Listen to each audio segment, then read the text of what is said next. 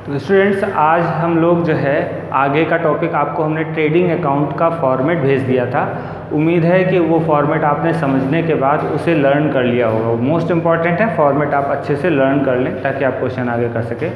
आज हम final account के अगले टॉपिक में हैं, जिसमें हम लोग फॉर्मेट बनाना सीखेंगे।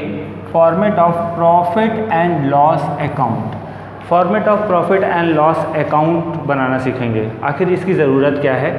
Format of profit and loss account से हमें ये पता चलेगा कि जो बिज़नेस हम कर रहे हैं उसका एग्जैक्ट नेट प्रॉफिट क्या है या नेट लॉस क्या है। हमें ये मालूम होना चाहिए कि जो बिज़नेस हम कर रहे हैं एक साल से उसमें प्रॉफिट हुआ कि लॉस, और वो भी नेट।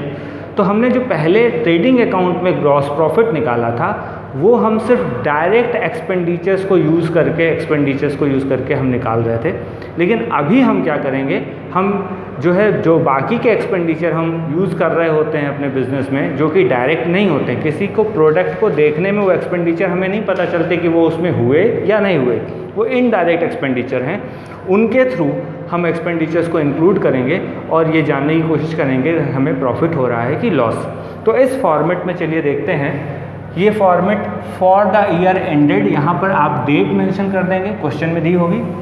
इसमें आप देख रहे हैं ये अकाउंट का डेबिट साइड है जिसमें हम सारे एक्सपेंसेस और लॉसेस मेंशन करेंगे, और ये अकाउंट का क्रेडिट साइड है जिसमें हम सारी इनकम नोट करेंगे। तो हम इसमें एक्सपेंडिचर्स कौन कौन से नोट करेंगे उसके लिए मैं आपको बता देता हूँ। आपके ट्रेडिंग अकाउंट के डेबिट में जो एक्सपेंडिचर होते हैं वो ज़्यादातर ऐसे एक्सपेंडिचर होते हैं जो डायरेक्ट एक्सपेंडिचर होते हैं, इनडायरेक्ट एक्सपेंडिचर होते हैं। तो इनडायरेक्ट एक्सपेंडिचर को हम यहाँ लिखते हैं, जैसे कि हम अगर ये चौक को देखें तो हमें पता है कि इस चौक में जो है कुछ कंटेंट लगा हुआ है, ये डायरेक्ट एक्सपेंडिचर है। बट हमें ये नहीं पता कि इस चौक को बनाने वाले ने एडवर्टाइजमेंट किया कि नहीं किया, इसका मतलब ये इनडायरेक्ट एक्सपेंडिचर है।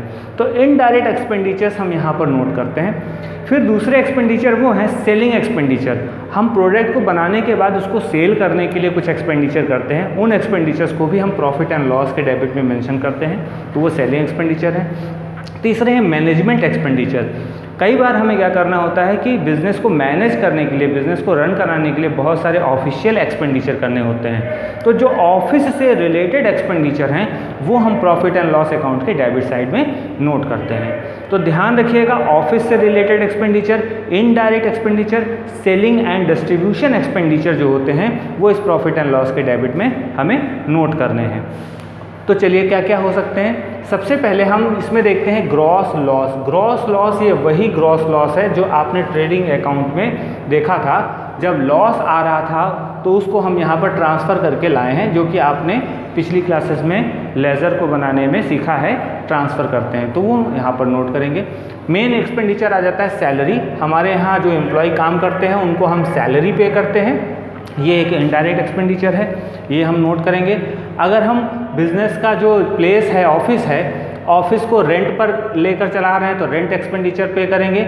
हमने प्रिंटिंग स्टेशनरी एक्सपेंडिचर हम यहाँ पर नोट करेंगे, क्योंकि हमने बहुत सारे डॉक्यूमेंट्स सेंड करने होते हैं, तो वो डॉक्यूमेंट्स हम सेंड करते हैं, उनका प्रिंटिंग कराते हैं, तो वो स्टेशनरी बहुत सारी यूज़ करते हैं हम, तो वो एक्सपेंडिचर नोट करेंगे। पोस्टेज एंड टेलीग्राम, जिसमें हम पोस्ट ऑफिस के थ्रू जो है लेटर सेंड कर रहे होते हैं या रिसीव कर रहे होते हैं, तो उसके एक्सपेंडिचर हम यहाँ नोट करेंगे। हमने आपको बताया था, इसका ध्यान रखिएगा, ये सारे एक्सपेंडिचर ऑफिस में होते हैं ज़्यादातर, इसलिए हम यहाँ नोट कर रहे हैं। ऑफिस की लाइट का एक्सपेंडिचर यहाँ नोट करेंगे। रिपेयर, अगर हम कोई चीज़ रिपेयर करा रहे हैं तो वो हम यहाँ पर प्रॉफिट एंड लॉस के डेबिट में नोट करते हैं। रिपेयर एंड मेंटेनेंस से रिलेटेड एक्सपेंडिचर हमें यहाँ नोट करने होते हैं। डेप्रीशिएशन, डेप्रीशिएशन में क्या होता है, जो हमारी एसेट होती है उसको यूज़ करने से जो उसकी वैल्यू एक साल में कम होती है उसे हम डेप्रीशिएशन कहते हैं, और ये भी हमें एक तरीके से इनडायरेक्ट एक्सपेंसेस हैं, इसलिए हम इसे नोट करते हैं। तो डेप्रीशिएशन यहाँ पर नोट करेंगे। डिस्काउंट अलाउड, कई बार हम क्या करते हैं कि अपने सामान को सेल करने में डिस्काउंट देते हैं दूसरों को, और ये हमारा एक तरीके का लॉस है, तो इसे भी हम अपने डेबिट पे नोट करते हैं। कैरेज आउटवर्ड, कई बार हमें गुड्स को सेल करने के लिए किसी गाड़ी में कैरेज भाड़ा लगाकर उसको पहुंचाना होता है उस प्लेस तक जिसको हम सेल कर रहे हैं, तो हम कैरेज आउटवर्ड, ध्यान दीजिएगा, अगर आउटवर्ड सेल करने में जो एक्सपेंडिचर हो रहा है वो कैरेज आउटवर्ड हम यहाँ नोट करेंगे। हमने आपको कैरेज इन वर्ड जो है वो ट्रेडिंग में बताया था, जिसमें हम परचेज में एक्सपेंस कर रहे थे। तो सेल से related expenditure, selling expenditure carriage outward है, जिसको हम प्रॉफिट एंड लॉस के डेबिट में नोट करते हैं। एडवर्टाइजमेंट हम कराते हैं प्रोडक्ट का, उसका एक्सपेंडिचर नोट करते हैं। बैड डेब, बैड डेब क्या चीज़ होती है? बैड डेब, बैड मतलब बुरा और डेब मतलब डेबिटर, अर्थात ऐसा डेबिटर जो बुरा है। क्यों बुरा है? क्योंकि उसने हमसे पैसे लिए और हमें वो पेमेंट नहीं करता। तो अगर हमारा डेबिटर हमें पेमेंट नहीं करता तो ऐसे डेबिटर को बैड डेब कहते हैं और ये हमारा लॉस है, और सारे एक्सपेंडिचर लॉसेस हम डेबिट में नोट करते हैं।